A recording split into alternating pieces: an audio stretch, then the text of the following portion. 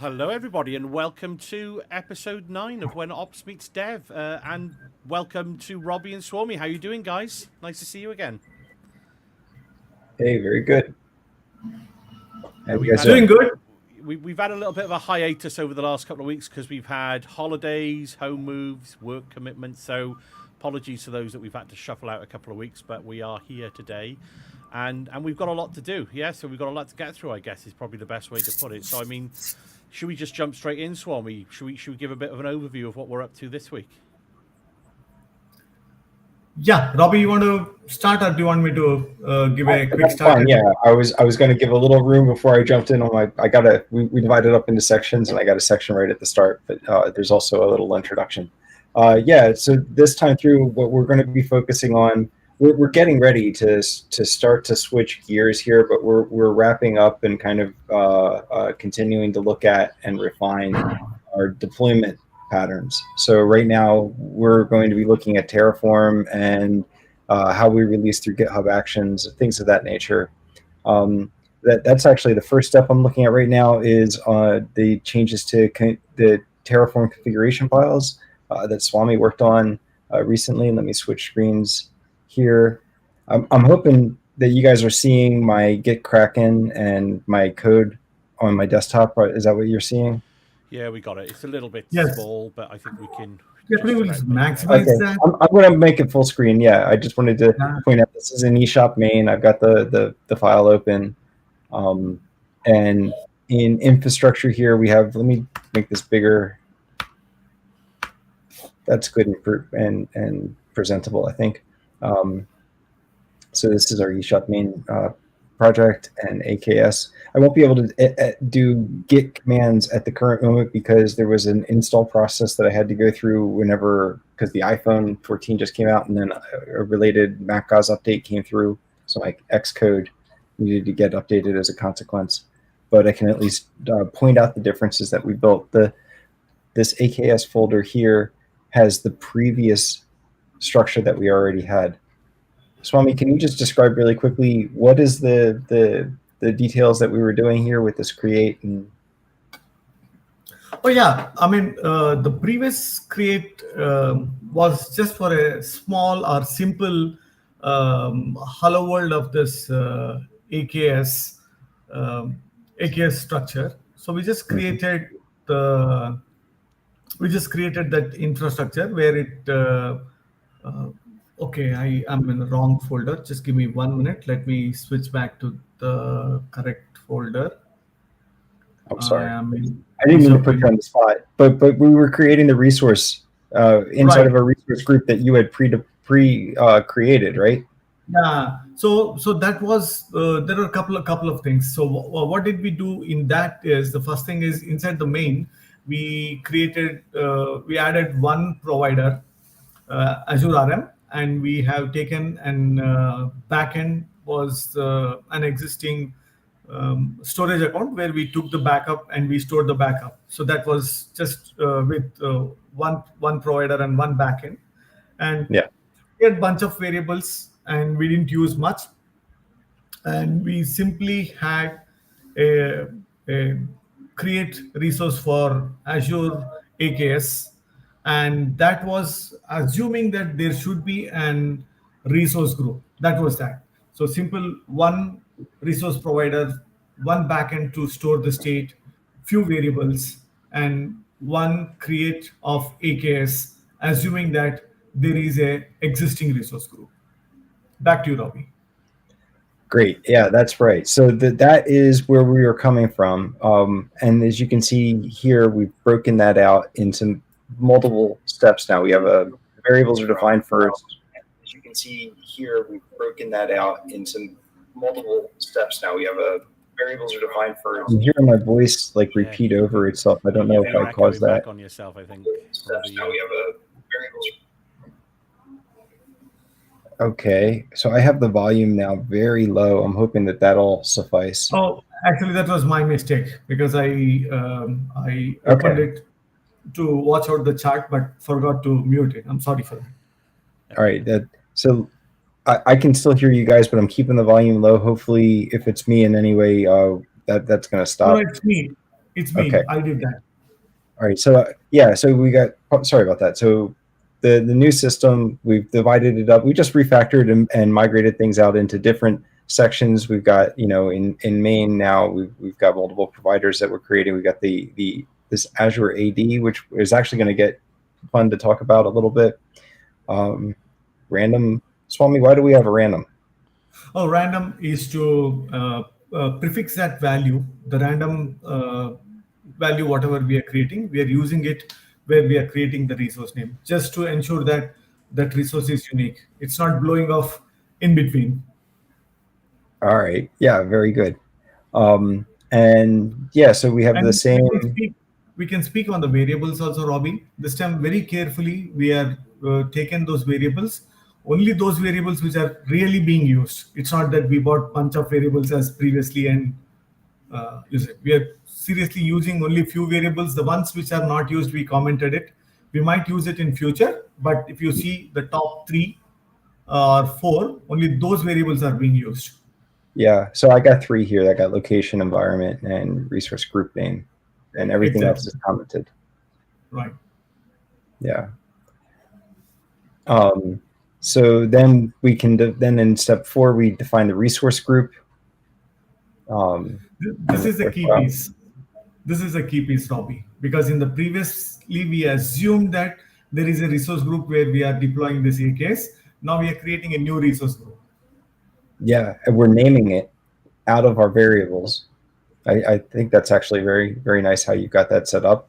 And the fact that we're creating this, if we create it afterwards, and we did not, back in main here, if we did not have an Azure directory to associate to it, I believe the result of that would be that we'd have a resource group that we can't really inspect without first modifying permissions so that we're added in, right?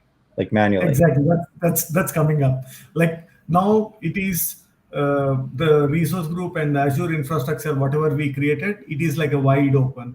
Like Johnny Yeah. or Robbie or Tommy, anyone can go in and check what are nodes, what everything is there. In future, what happens is we will tighten the security.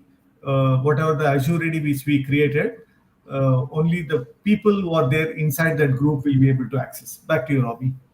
Okay, so right here we got the AKS versions data source. What is the versions data source? Oh, what happens is previously, this is one of the other point where I liked it very much. Previously, what did we do is we have taken we have taken hard coded this value of what should be the version number.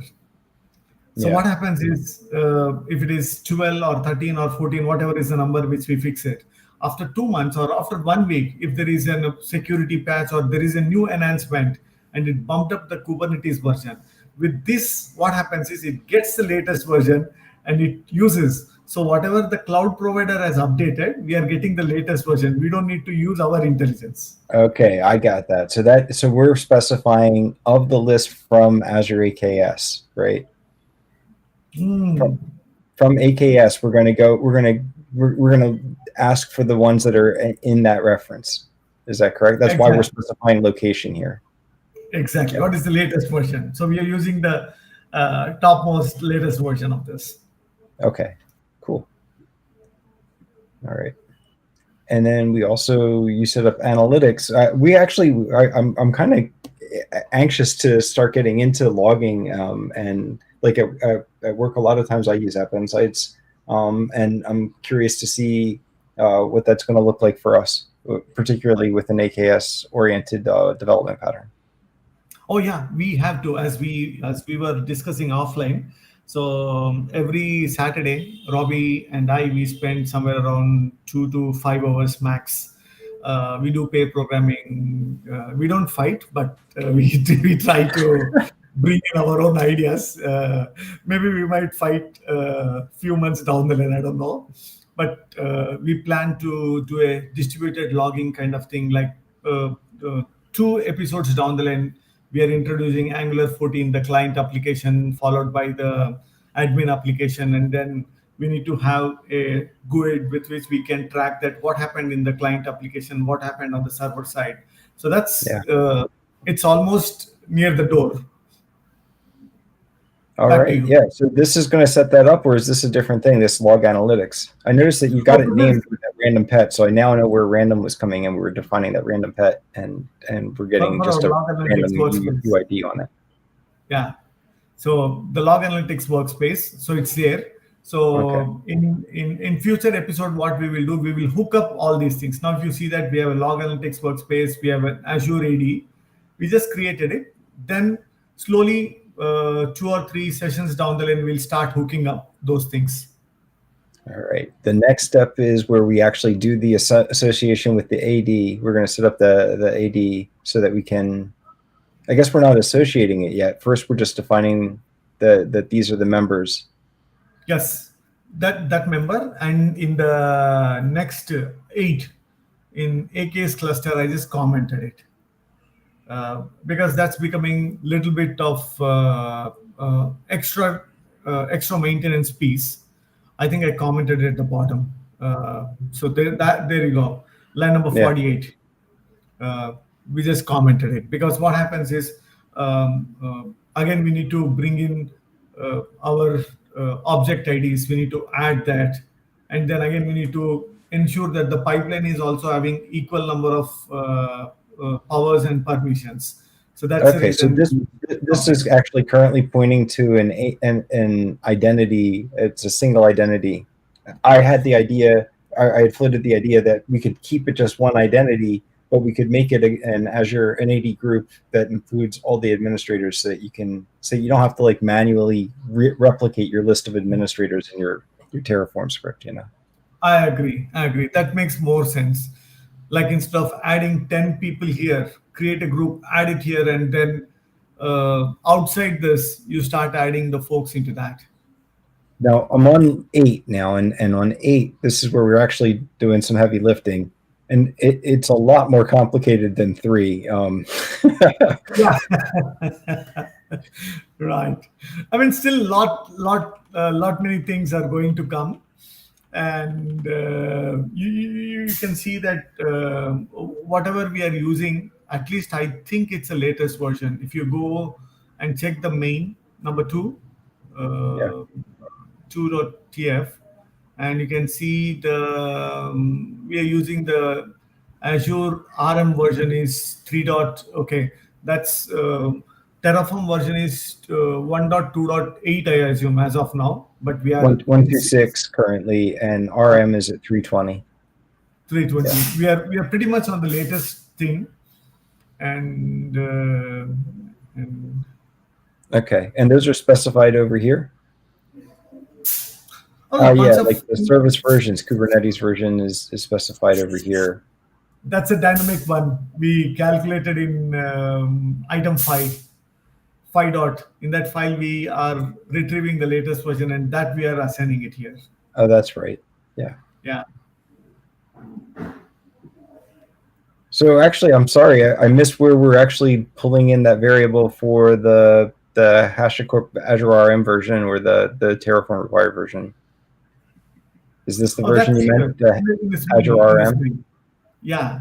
So if you go to registry.terraform.com in your browser, if you go to that, Okay, I'm not prepared to do that. Maybe we can have you do that and switch yeah, I'll do that. screens over to him. Yeah.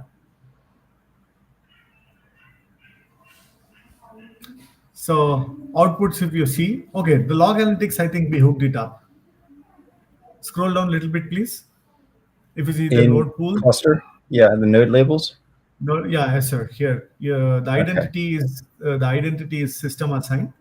So that means the identity which got created will get dismantled as soon as we dismantle this resource. So the life cycle of that system assigned identity is hooked up to the resource. So both go hand in hand. You dismantle the resource, the identity is gone. If you create a service principal and hook it up, now both are having their independent life cycle.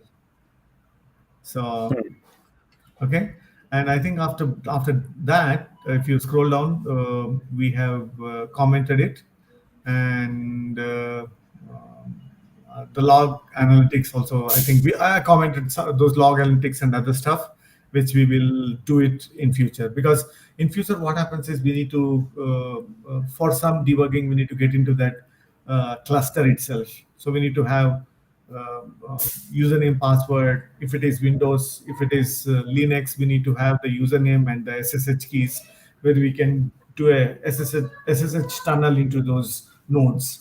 Okay, I get it. So what we did is we stubbed out a lot of connections for configuring additional material that we would want to use that's specific to Azure, but we have the complete life cycle for creating the AKS cluster.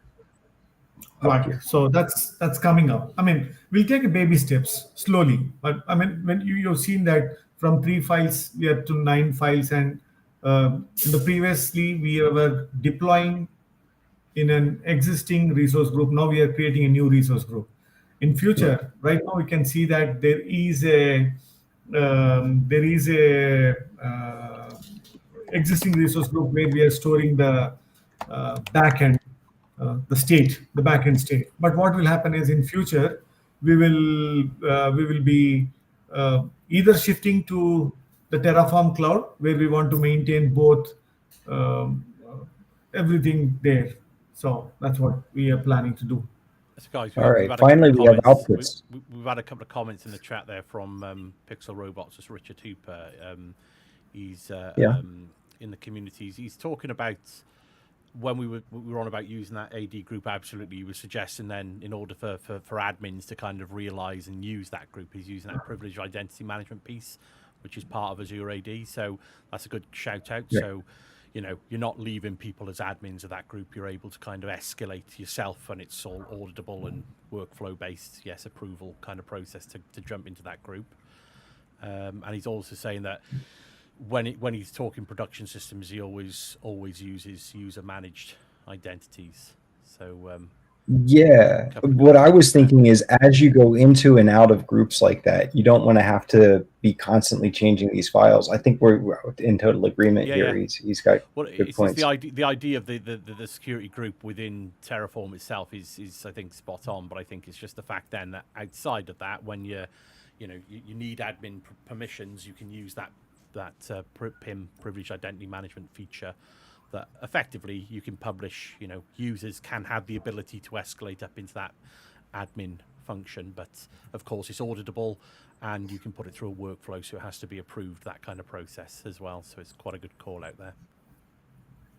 Awesome. Thank Is you. that Thank you for that.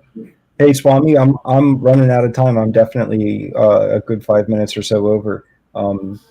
So can you give any last words? Why do we have this number 9 after number 8 with the outputs? Oh, some of the outputs is just for something like a debugging in the local, where we come to know, and even in pipeline, this will help to find out what it got created, what is the IP, or something of that kind, which we can reuse further. And just at this point of time, we are majorly using it for the debugging purpose, to see that what it has created and those kind of stuff. All right, so that is step number 1, I think, to completion. So we'll actually get to see those outputs maybe a little bit later in this presentation. Yep, we do. I think my screen is shared. No, you'll have Yeah, to share you. it again, Swami, and I'll save it over now. You have to put it back through. That's it. I can see it. Oh coming yeah, I'm through. sorry. I thought I was sharing it. I mean, is Trigger it happy. now? Yeah, it's coming through. Give me 2 seconds. Are you doing the next bit, Swami, around GitHub Actions? Yep. So couple of things before we do it. I will go to this one. This is our eShop products. So Robbie spoke about the changes what we did it. And I didn't show my 2 favorite slides. I'm That's still what I a was learner. hoping you were going to Apologize show for me. it. I always like to see the fasten your seatbelt sign, Swami. Yeah. Oh yeah, this is please fasten your seatbelt. You're already boarded an express train. Okay. So that being said, now we are creating the resources from GitHub Action to from the GitHub Actions to the Azure resources. Now, the one simple question everyone will get is, how did GitHub Actions getting the permission, or how does it know that it has to go and deploy it? So that's what we will see this in live action.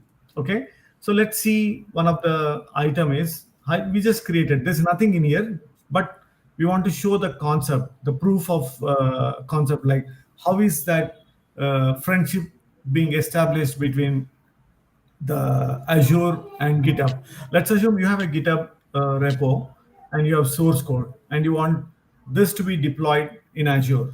So this let's remember this. This is simple microservice in .NET 6.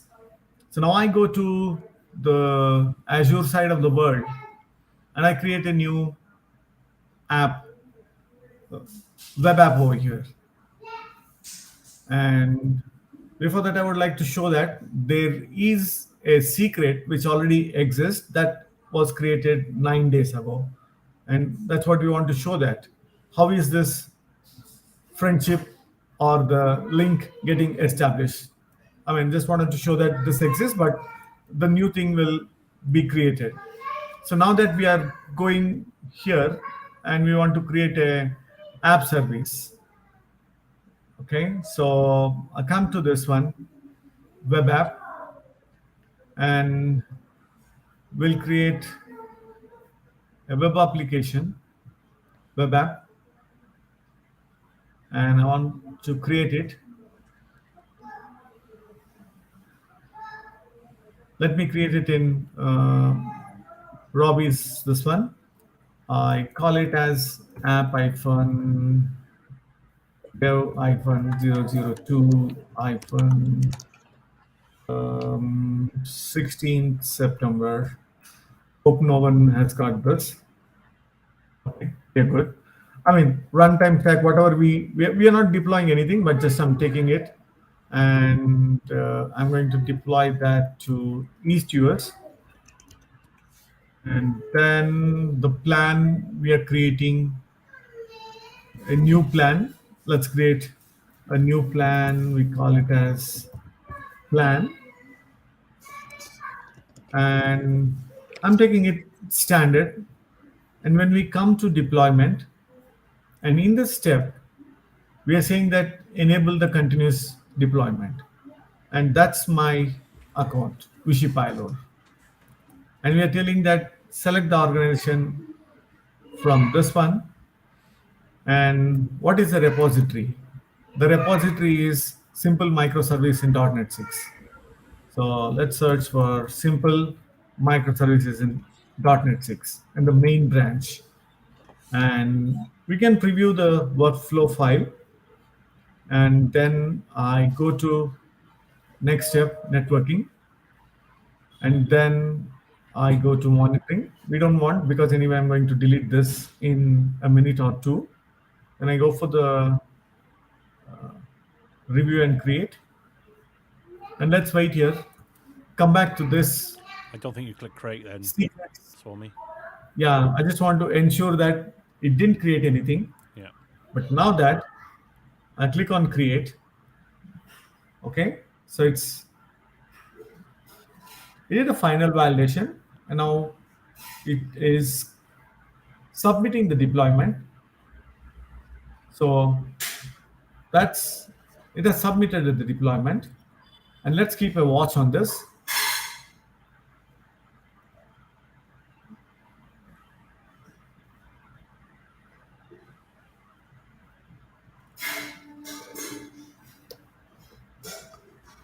It is deployment in progress. We'll see these operations. It has created the plan, and it took 18 seconds to create the plan. Let me refresh what else it is doing. There are a couple of actions it will take, and let's keep a watch on that. See that? Just now it has created. So technically what it is doing, we'll see that in a minute. So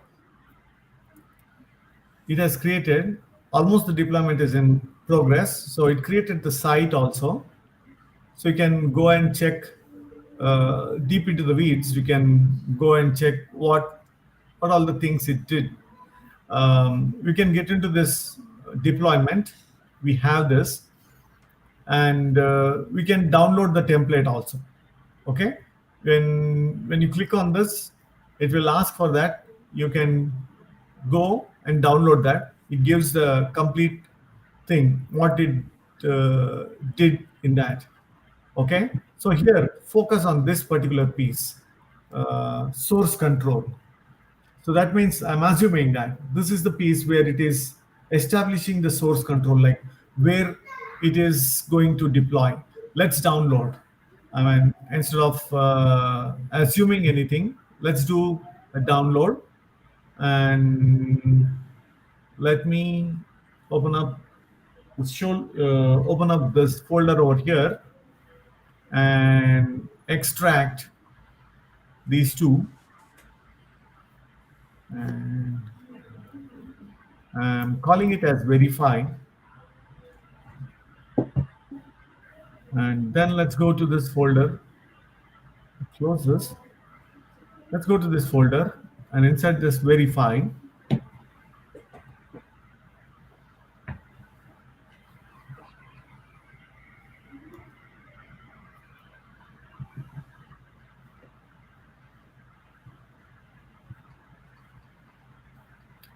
This is a deployment JSON. And part of this should be the linking, where this link happened. So let's see the name of, see that? It's repo URL.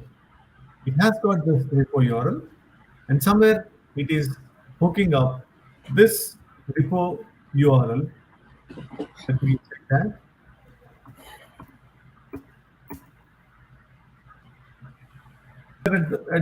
At some location where we saw the source controls.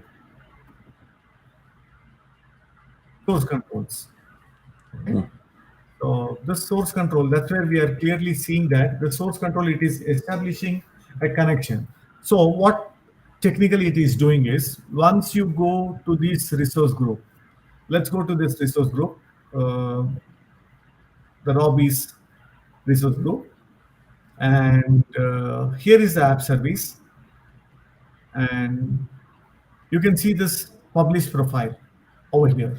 like you can see the get published profile. Some people they download this, and you can see this GitHub project. It hooked it up here, and what it does is the same. The content of this published profile that it took it, and it has created a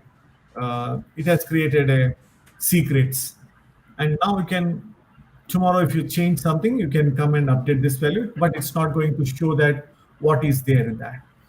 And another thing, what it does is it goes and it creates the workflow file. So the workflow file it created 2 minutes ago, but this was created some 9 days ago. So this is the workflow file.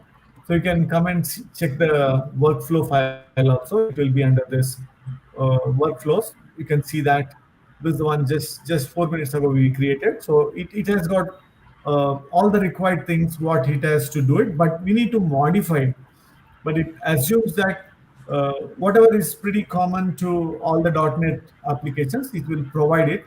But maybe the folder structure or some other special instructions, that piece we need to take care. Okay, so that's about now you people have understood like how is this link getting established between the Azure and the GitHub. So how If there was does ever a GitHub moment getting for full? if there was ever a moment for us to have that warning about the have your seatbelts fastened thing, I think that fastened thing, I think that's an example of it right there. That was so much information in such a short period. I just want to call out. I've had this experience using Azure directly, integrating it with GitHub, and just never bothered to look at what it was actually writing as a consequence. It's cool to see how it integrates those pieces, how it pulls in identity, how it pulls in the structure for workflow. Right, those nitty gritties are very very important. Okay, so now comes the action part. So now let's deploy the infrastructure to GitHub Actions. So let's come back to this. Let me go to the resource groups and let's cross our fingers because we're doing demos live. I'm a little worried on that. Hope it's not going to blow. So let me go to the third section. What we are doing is we saw the changes in the infrastructure file, and we did a live demo to make us understand like what is happening under the hoods, how the things are getting established. Let me click on this button, and then we'll speak on that. So this is, I need to go to eShop main. The infrastructure is getting deployed from the main. And the 10th episode is a pretty critical episode, I would call. Correct me, John and Robbie, because that's where we will teach. We have around 10 repositories at this point of time, but currently from 11th episode onwards, from 10th episode onwards, we will use 2 repositories, and from 11th onwards, we'll use 3 repositories. How do you marry all these 3 repositories? How do you work? How do you get this source code? How do you execute it on your local? So that's very critical. That's we are going to speak in episode 10. Please don't miss that episode 10. That's a very critical piece. Okay, coming back to our story, we are deploying that infrastructure. I'm running this workflow.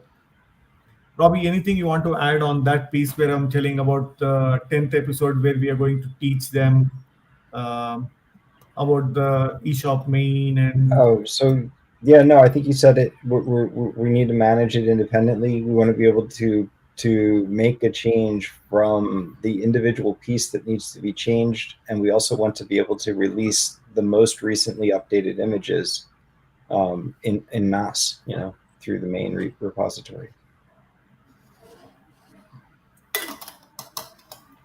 And the key thing is, what is the relationship between these repositories?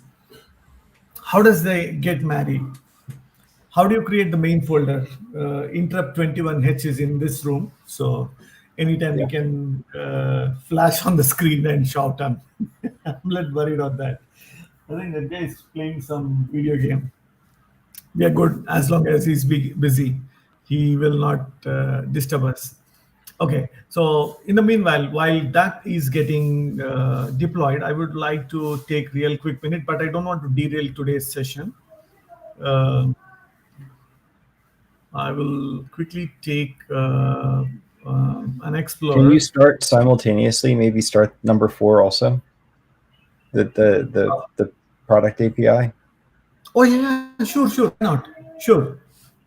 So I'll come back to the GitHub Actions of this product API, and I will run. Oh, I think we don't I know was gonna. what portion the infrastructure is created. The infrastructure is important there. Yeah, you're Okay, right. Robbie, So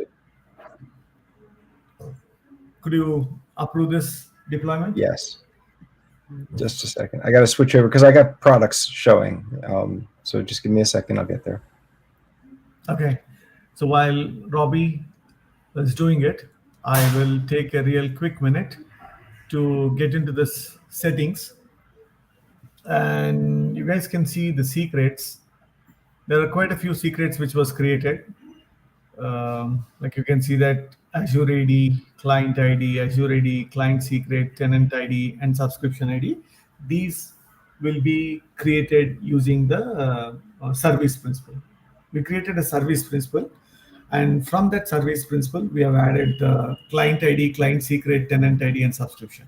Hey, So this, yeah, Johnny, can you just share my screen really quickly? I just want to show what that gives me whenever you do it through the workflow. If I want to go and actually do the deploy. You're on. Yeah. Okay, so I got this notification. I go into the notification and it takes me to this page. And so here I can review the deployments. I can see what has already happened. Everything's gone through in green through our CI build. Hopefully I'm already familiar, even more than I am, honestly, with the CI build at the moment.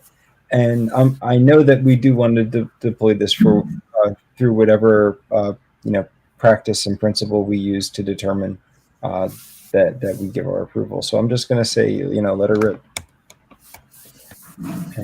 and deploy it. All right, Swamp Me, back to you.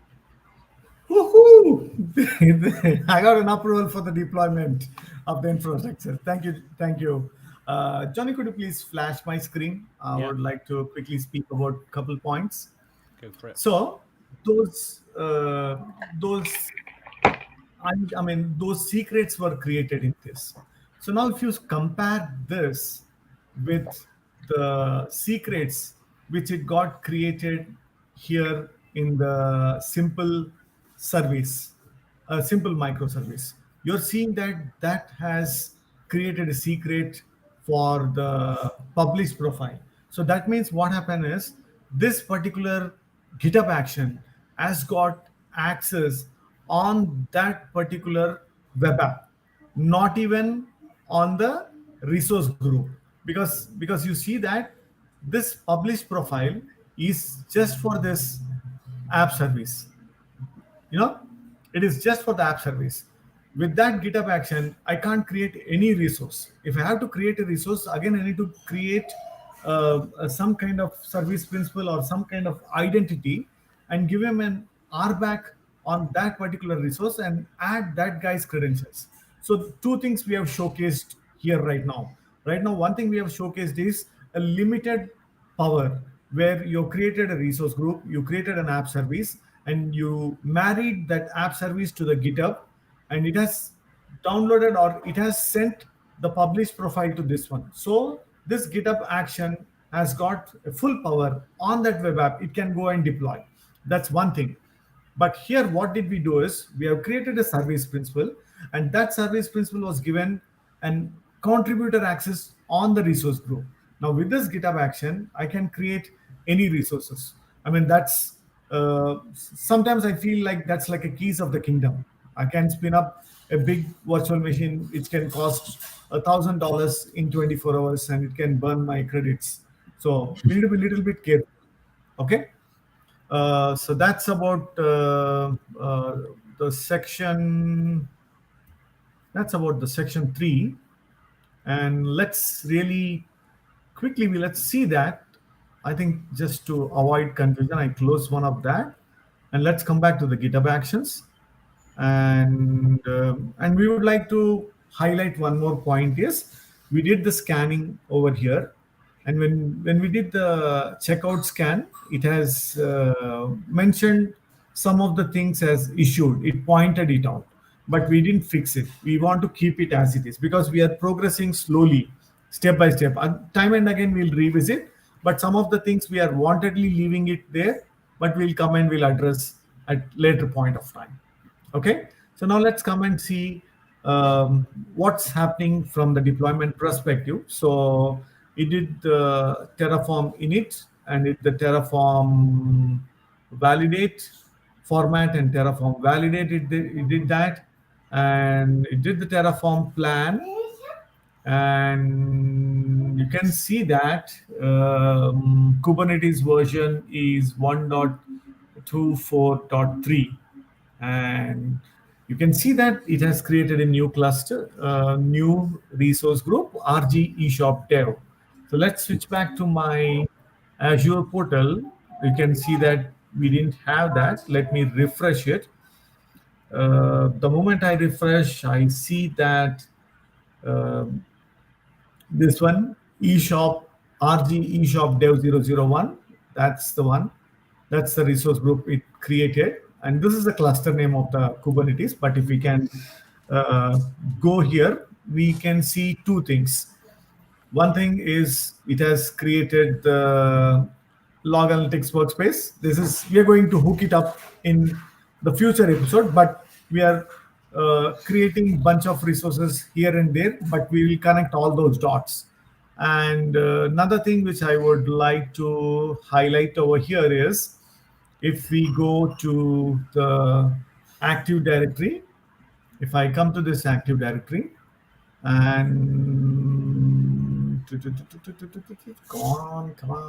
on. Inside this Active Directory, we can come to these groups.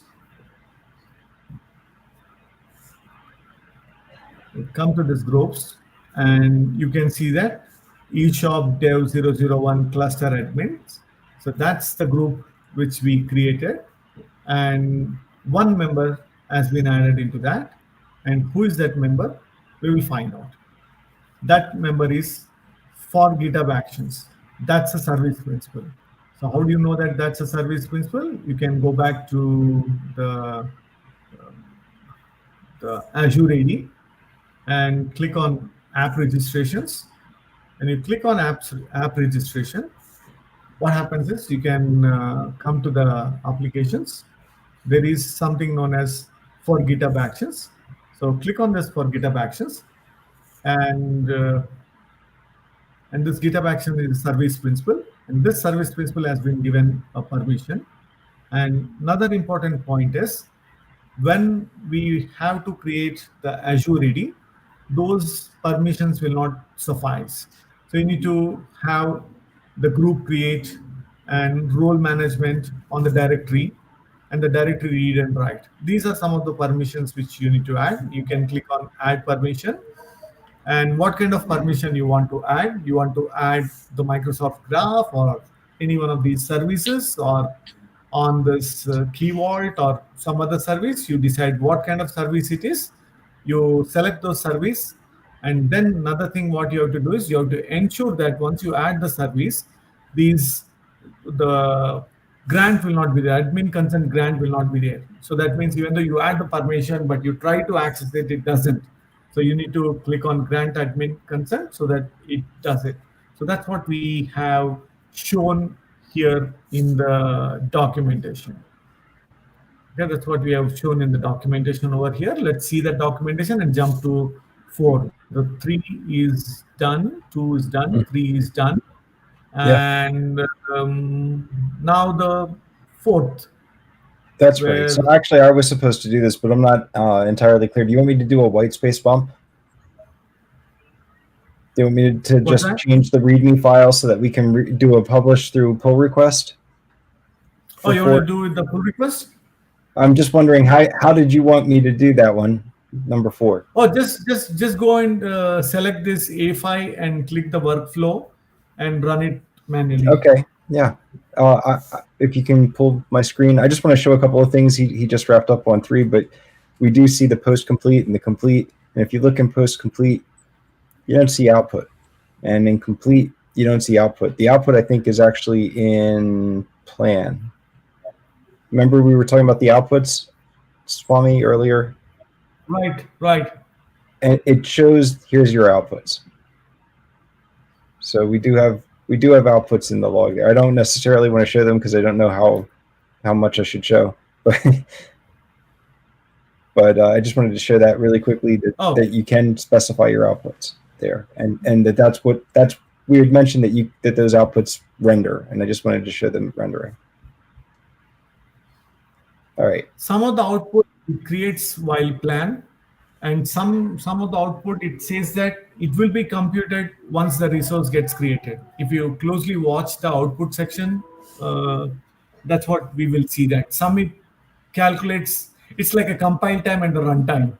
Something it knows upfront. It says that hey, this is output. Something which it doesn't know. It says that will be computed after the resource gets created. Back to you, Robbie. Sure. So, all right. So now I'm in eShop Products. I've switched over to that project, and I want to do a GitHub release, right? Yes. I want to do the run the workflow first. Yeah, you need to run the workflow.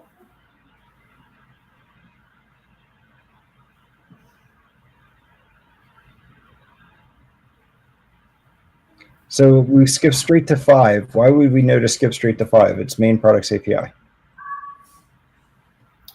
Oh, the 4.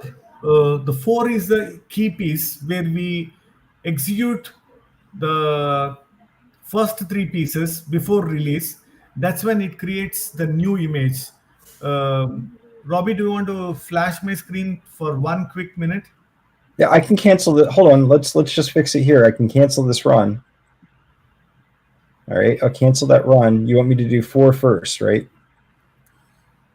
Oh, execute the 5. 5 executes the first 4, and it stops. Yeah. Okay. Well, that's what I was trying to. Thank you. That's what I was trying to get you to. I knew this, by the way. I was just trying to get you to evidence it. Yeah, you trapped me. We'll restart it. Yeah. So execute that. So what happens is it goes there to this one. Try. I'm just sending you a message in your Skype where you can click on that Docker Hub registry. Just check. Are you able to click that registry? I got to open Skype to do that. Yeah. Give me a minute. Yeah. I just pinged you a message. Yeah. Just click on that. Got it.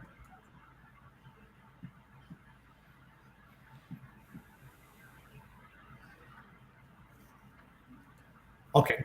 Now here, if you go to the check that what is the latest version, the general in the tags and scan. I would have done 11 hours ago. 11 hours ago is right. Yeah.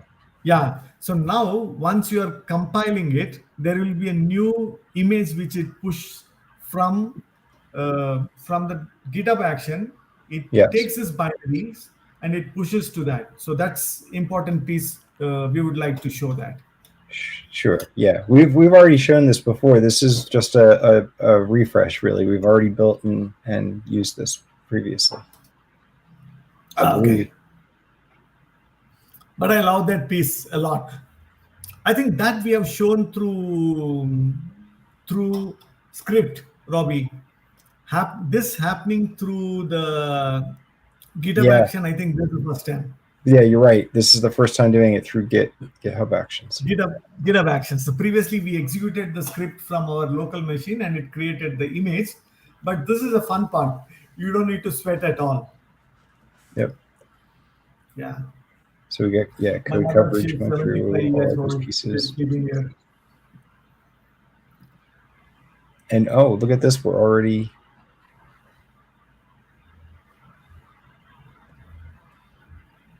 Let me go back. And look at it. I'm just going to go back and look at it from the main view because this is a nice, pretty overview.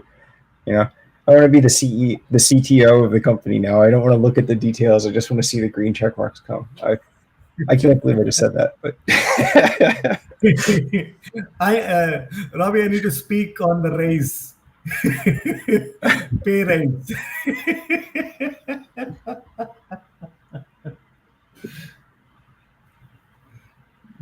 This looks very nice, because when we compare few years ago, how the release used to happen is you check in the code and you send out an email to the build team. The build team, they will extract the source code from MKS or different source code repository. They'll execute the build script and they will compile and they'll create an MSI package and they'll send you an email saying that, hey, your MSI is ready. And we take that MSI, get into the private cloud, and we get into the IAS, go deploy that, and we say that, yes, it is ready. So it we're at takes, deploy, by the way. what's that? We've run all the way through. We've built it and it's pushed. We're at deploy. Okay, now could you please go and see the tags, like what is the tag and when did it push? Yep. I'm reloading that page. Few seconds ago. Yes. And you can see the tag difference. Yeah. 6945 is the latest tag. 8745 was the 11 hours tag, 11 hours ago tag. That's right. Cool. Now, do you want me to go and approve? Is that the next step in what I'm presenting? Let's see. Are we going forward? Oh. No. Well, I guess we do need to, because yes, please do, because I'm going to go into the doc to what do you call it? Well, this says something about AKS, but I thought I was doing Postman next. Oh yeah, I will be doing the next. Johnny, could you please flash my screen? Yeah. Once I do the section, then it goes to Robbie's plate. Is my screen flashing? Yep, you're on. Show me. Okay, thank you. And Robbie, I want your lucky hand to go and approve the release. Yeah. All right. I'm a little sentimental because always you are approving the releases. Yeah, I'm going to put in cowboy it, because that's actually what I call it personally. Whenever you do the approval for your own code change or whatever, your own release, then that's cowboying it. Woo! That's cool. Okay, so that deployment has started. So we'll spend a couple minutes here. You can see that that's setting up that, and it's doing its job. It is checking out the repo. Yeah. And so it doesn't. The nice thing about this is, as you make changes in a development flow, you don't have to go back and do the deploy. You can leave that hang. It creates a new image, and then when you're ready to use a new image, you can go and publish that image. So you can see that. I like that structure that we've got in this environment. I love that. You can see that multi containers are getting deployed. So one of the service is eShop Mongo, and another service is eShop products. So that eShop products is coming from this Docker Hub registry. So both are getting deployed. Okay. So I think that will get deployed. In the meanwhile, let's come and spend a couple minutes here real quick on two things I would like to show. The one is the terminology, and as of today it is like this. Future we might change. So there are two resource group if you observe. eShop Dev 001, eShop Dev 1 is for the node resource group. So if we come in here we have this log analytics. We are not using at this point of time. In future we are going to, and this is a cluster.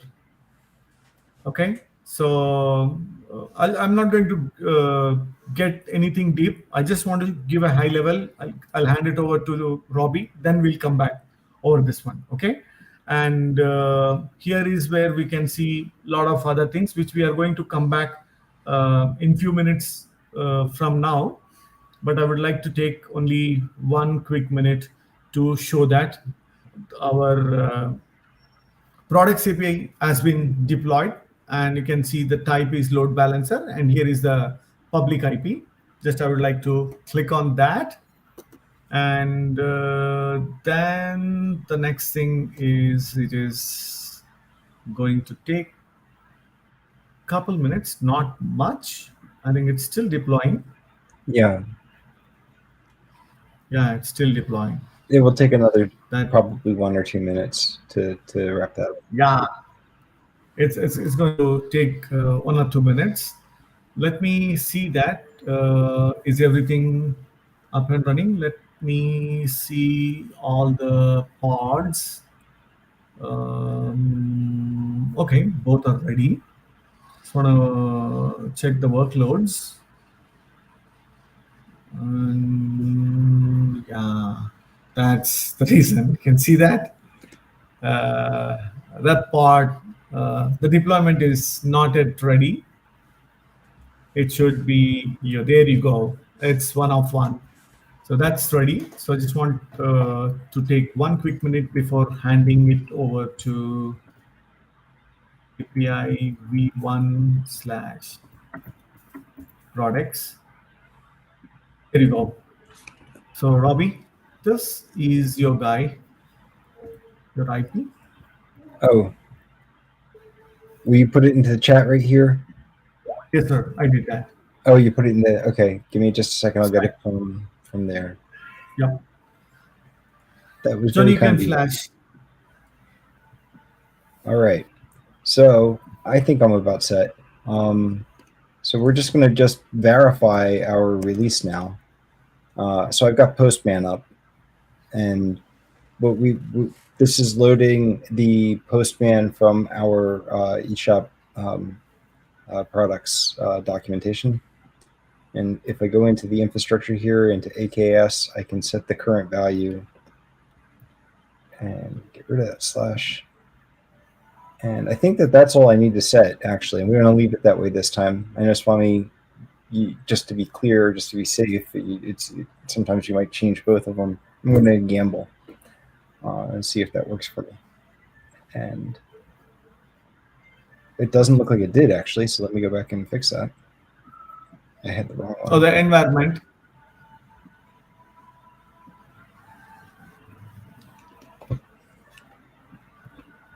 There. Yeah. So now both of them are set the way I would hope. And now, hopefully, if I hover this, no, it actually still says the environment hasn't been picked up. It still says the other IP address. Does it say, Robbie? It's got a little dot on it. I'm sorry, I can't hear you. It's yeah. Is that red dot saying? Is it saying? Oh, save. Yeah. Thank you. All right. So I probably could have done it with just the first one, but now I'm not going to be able to. You know what? Maybe I can still go back and Control Z here and then save. Yeah, there we go. Nice and fast. So I got my read operations going. We need to paginate this one. Oh yeah, that's the 11th episode. We'll do that.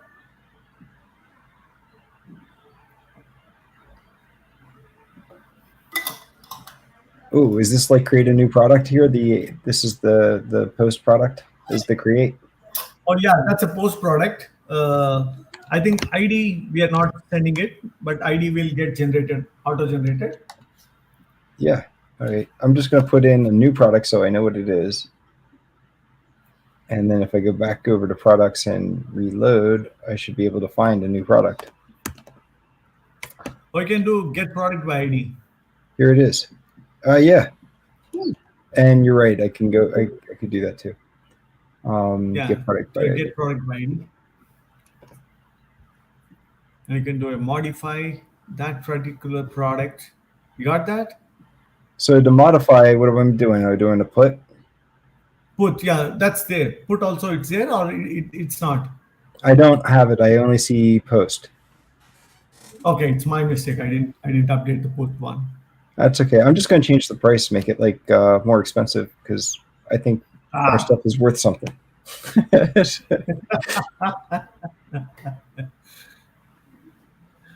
people are going to love that expensive products. I probably can't set the creation or modification time, so we can skip that. All right, 100, and I'll send. Oh, that's one of the reason which we thought of to use the DTO when we trying to update. So this creation and update time should happen on the server side. We shouldn't give this option to the user to go and change it. I'm not remembering my schema well enough to know how to make this change. If I'm going to products and I give it the ID and it's a put, then I don't put the ID in the body, right? I just put in the Right. things that I want to change. But I'm getting a 4 or What 5 items not you want allowed. to put it. Well, I've demonstrated a create and a read. I'm going to actually just maybe do the delete because I can't. I'm having trouble with the put, and I'm sure it's just a schema issue on my part. Could be. I'll also verify that. I'm sure we tested it, Robbie. Okay. Well, for the delete, I did get a true. So if I go back over to the products list and rerun that, and then do a search for a new product, I don't get it. So also I Okay. can search for that ID, and it's gone. Yeah. All right, Swami, back to you. That was nice and simple. I did have a issue of verifying, but I'm not a UAT. I'm not a tester that is very skilled with our product right now. So I'm afraid I'm going to have to give it back to you. 3/4 test. Okay. So, could you please flash my screen? So, There we go. just wanted to show a couple of things over here. So, here we have the resource group where it will have this cluster, and I'll park it for 1 minute, and then come and show this. One is the node resource group. This node resource group, this is where you have lot of things. Like at this point of time, we are having one node, I think so. Suppose if you have multi nodes, so those are getting created with this virtual machine skill set. So this is one important point. I mean, we are introducing this, and again, time and again, we'll come and we'll learn more and more. You can come and see that how many instances. So we are having 2 instances here. So that means we are having two node pools. Okay, that's one point. Another point is you can see the network security group. That means it's having the security group, what is allowed, what is not. So we'll come and we'll learn it more. But as of now, we will touch it or look at it at a 30,000 feet level. And this virtual network, and we have the virtual network we have chosen is Azure Virtual Network. So all those nodes and pods and everything will get IPs from this.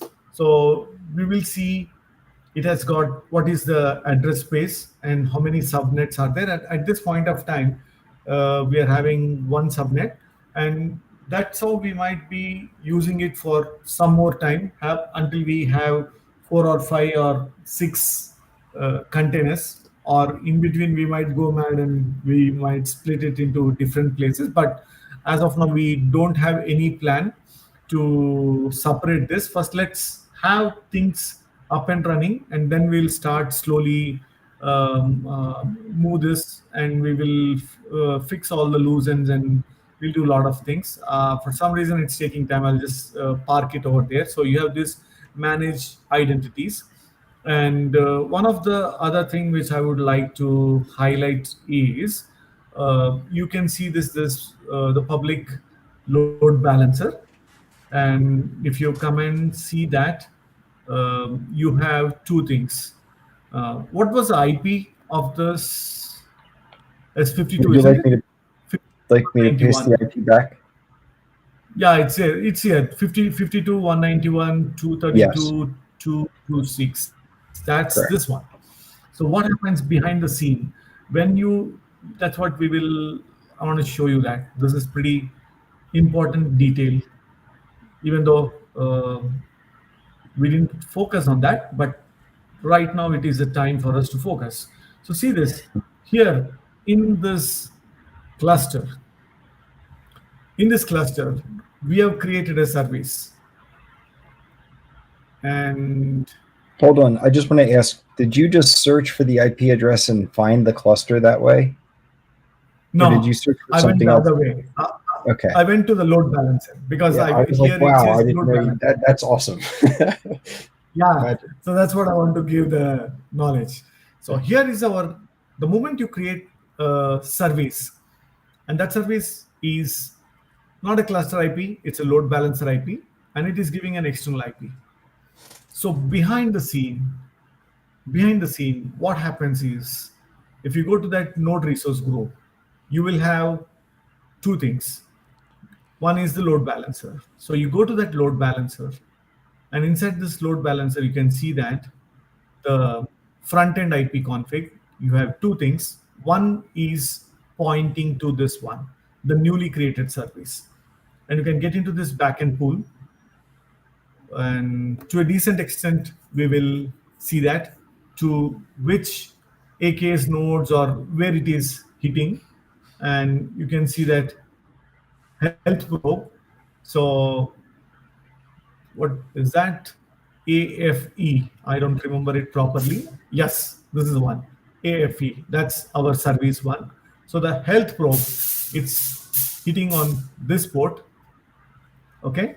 So the load balancing rules, and you can see that inbound and outbound rules will come and we will revisit. So the outbound rules, it is over here, but the key thing, what I wanted to highlight is, wanted to show you that there is a load balancer, it gets created, and that load balancer will have the front end IP configuration which points to the public IP. So where do you know that the public IP has been created?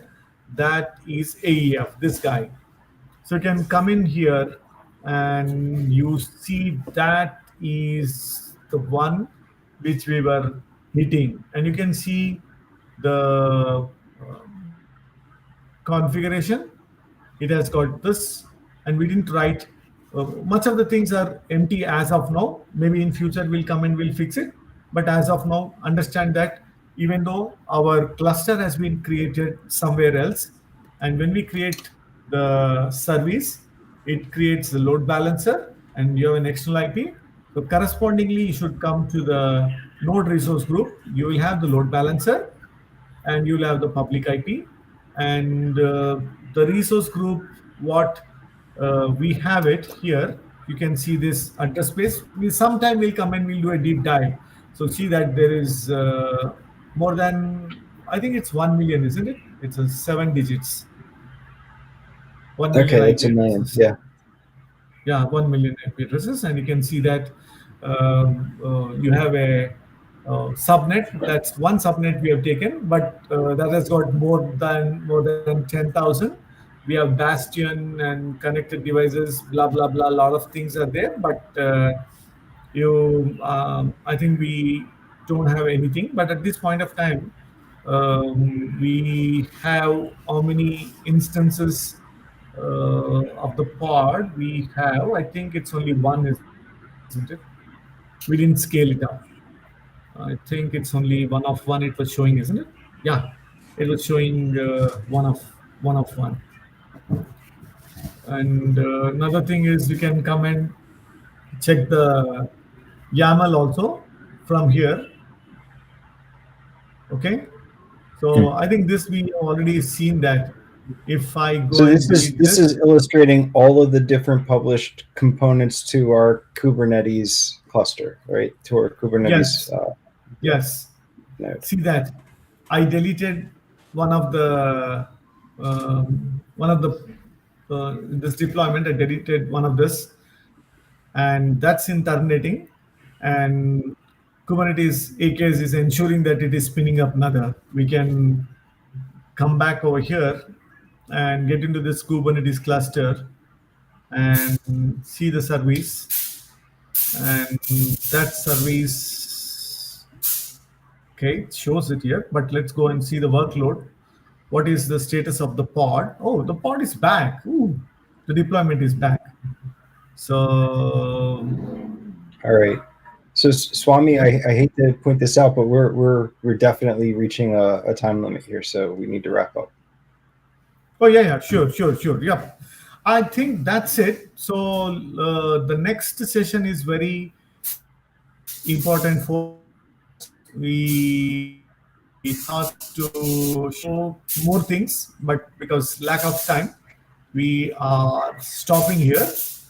But whatever we wanted to show in this episode, uh, we will backfill that. And the next episode is very important, the 10th episode, where we will show what is main repository and what is products repository.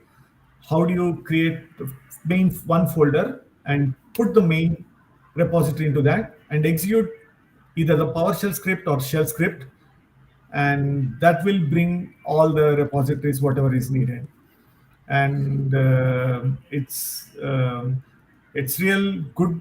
We learned it from some other authors, and so it will be very interesting, and that will be Yep. very foundational block, because 11th episode we'll have one more container and 3 repositories, 3 containers. So now the number of containers are growing.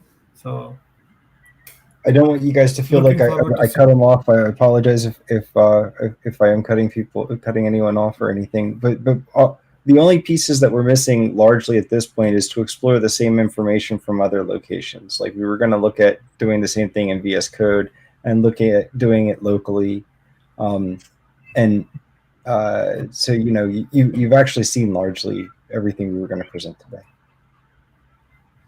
Oh, the thing is that whatever was not inside our agenda was to showcase that node resource group, where how the load balancer is getting created, how the public IP is getting created, how that thing is getting hooked up to the public IP, which is getting exposed from the service inside the Kubernetes cluster.